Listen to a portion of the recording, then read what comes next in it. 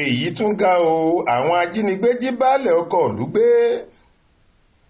Inú ìdàrúdàpọ̀ làwọn ará abúlé Agora níjọba ìbílẹ̀ Adokola nípínlẹ̀ Taraba wà báyìí látàrí bí ikọ̀ àwọn agbébọn kan ṣe ya wọ abúlé náà láṣàlẹ̀ ọjọ́ àìkú Sunday ọjọ́ kìíní oṣù kẹwàá ọdún 2023 tá a wà nínú rẹ̀ yìí, tí wọ́n sì jí baálẹ̀ ìlú náà àti àwọn míì gbé lọ. Aláròyé gbọ́ pé ní nǹkan bíi aago 9 àṣálẹ́ ọjọ́ àìkú yìí làwọn kọ̀lọ̀rọ̀sí ẹ̀dá náà ya wọ abúlé ọ̀hún.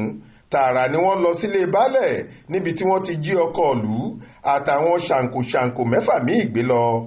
Ọ̀kan lára àwọn olùgbé abúlé náà tó pe orúkọ ara rẹ̀ ní Baalẹ Malam fìdí ẹ̀ múlẹ̀ fáwọn oníròyìn pé oríṣiríṣi ohun ìjà olóró làwọn ẹṣin òkọ̀kọ̀ ẹ̀dá yìí kó wọ̀lú wá tí wọ́n sì fi odidi wákàtí kan gbáko ṣiṣẹ́ bí wọn. Ó wá rawọ́ ẹ̀bẹ̀ sáwọn ẹ̀ṣọ́ aláàbò láti rí i dájú pé wọ́n bá àwọn rí baálẹ̀ náà gbà padà láì farapa. Nígbà tó ń fìdí ìṣẹ̀lẹ̀ ọ̀hún múlẹ̀, Abdullahi Usman tí í ṣe alukoro iléeṣẹ́ ọlọ́pàá ìpínlẹ̀ Taraba sọ nínú àtẹ̀jáde kan tó fi léde lọ́jọ́ ajé Monday ọjọ́ 12 oṣù kẹwàá ọdún 2023 yìí pé lóòótọ́ làwọn ajínigbé ya wọ abúlé Agora tí wọ́n sì jí baálẹ̀ àtàwọn 6 míì gbé lọ.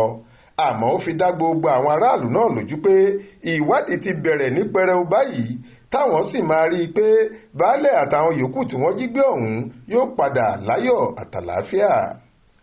Jamiu Àbáyọ̀mí ló ṣàkójọ ìròyìn yìí fún iléeṣẹ́ tẹlifíṣàn Aláròyé online. Faith Adébọ́lá ló kà á sétí ìgbọ́ yín.